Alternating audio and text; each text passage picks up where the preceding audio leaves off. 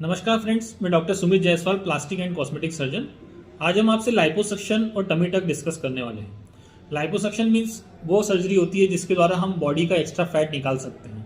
अपनी बॉडी में कई जगह फैट रहता है जो स्किन के नीचे रहता है, most commonly abdomen, thighs, waist, buttocks, arms या चिन। सो इन सब एरियाज में यदि सबक्यूटेनियस फैट ज़्यादा है और उसकी वजह से बॉडी का शेप प्रॉपर नहीं लग रहा है तो हम लोग अगर एक्सरसाइज और डाइटिंग से ठीक नहीं कर पा रहे तो हम लोग सर्जिकली उसे बहुत सिंपल तरीके से निकाल सकते हैं। ये एक काफ़ी पुरानी प्रोसीजर है और कई सालों से सफलतापूर्वक की जा रही है।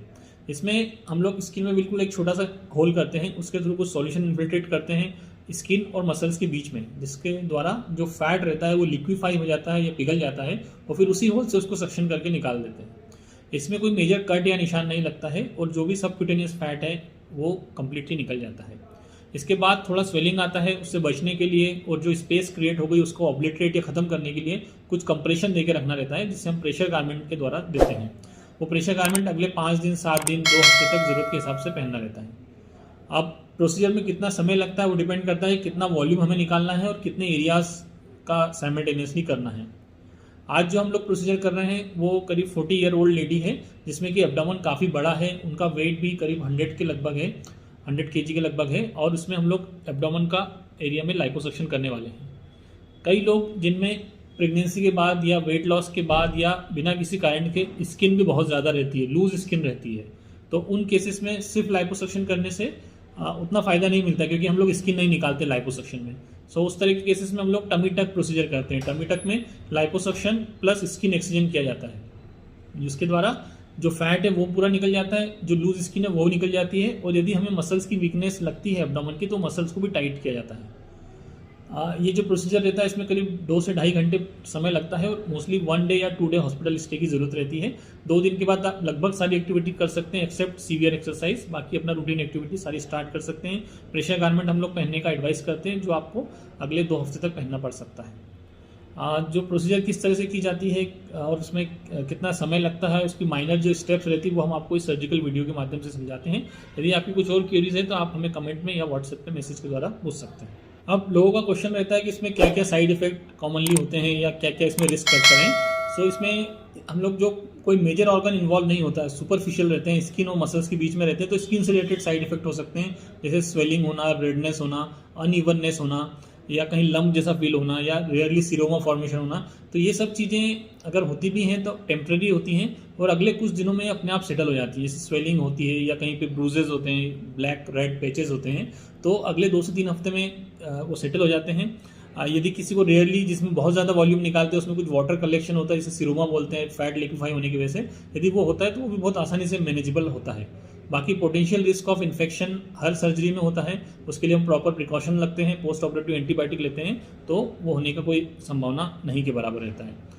अब इसका कॉस्ट के बारे में अगर बात करें तो कॉस्ट डिपेंड करता है काफ़ी सारे फैक्टर्स पे, कितना बॉडी वेट है, कितना फैट निकालना है, कितने एरियाज का निकालना है और कहाँ पर हम सर्जरी कर रहे हैं। हम लोग कई शहरों में करते हैं तो किस जगह कर रहे हैं। तो रफली यदि हमारा जो मेन सेंटर इंदौर में यदि हम वहाँ की बात करते हैं तो यदि सपोज एब्डोमेन का लाइपोसक्शन करना है तो उसका कॉस्ट अराउंड 55,000 की रेंज में होता है।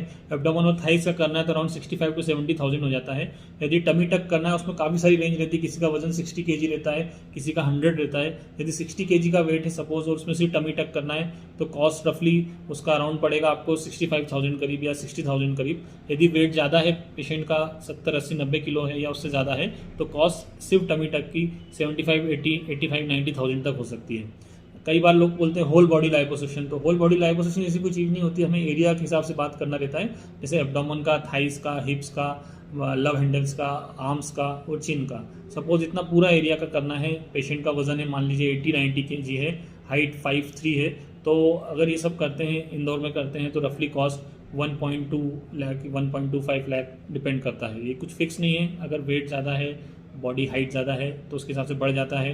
कई बार ब्रेस्ट का टिश्यू के साइड का भी लाइपोसक्शन करना रहता है तो इसके हिसाब से कॉस्ट बढ़ जाती है। ये 40 ईयर ओल्ड लेडी हैं जिसमें कि काफ़ी सारा लूज स्किन है। हम लोगों ने मार्किंग स्टैंडिंग पोजीशन में कर चुके हैं और पेशेंट को स्पाइनल एनेस्थीसिया दिया गया है जिसमें कि lower part of the body anaesthetise रहता है, अपर पार्ट या बॉडी होश में रहता है और जो लोअर हाफ है वो एनेस्थेटाइज रहता है करीब नेक्स्ट 3 to 4 आवर्स के लिए। सबसे पहला जो स्टेप रहता है इन्फिल्ट्रेशन ऑफ द सॉल्यूशन रहता है, जिसमें हम लोग छोटे से होल से कुछ सॉल्यूशन इन्फिल्ट्रेट करते हैं, जिसमें xylocaine, adrenaline, soda bicarb, hyalase, Ringer lactate रहता है, और जिससे कि वो एरिया नम हो जाता है, वेसो कंस्ट्रिक्शन हो जाता है, और जो फैट है वो ब्रेक डाउन है, लिक्विफाई हो जाता है। जहाँ जहाँ फैट ज़्यादा है उसके हिसाब से हम लोग वॉल्यूम जो इन्फिल्ट्रेशन करना है वो डिसाइड करते हैं। उसके बाद जो नेक्स्ट प्रोसीजर रहता है after waiting for 10 to 15 minutes is suction of the fat. हम इस फैट को सक्शन आउट करते हैं साइमल्टेनियसली 2 या 3 पोर्ट साइड से हम लोग इसको सक्शन करते हैं। ये आप देख सकते हैं इस कंटेनर में इकट्ठा हो रहा है। इस पेशेंट में करीब 8 to 9 लीटर्स आराम से लाइपोसक्शन के फैट निकाला गया था। इस केस में हम लोग टमी टक नहीं कर रहे हैं क्योंकि बहुत ज़्यादा लूज स्किन नहीं था।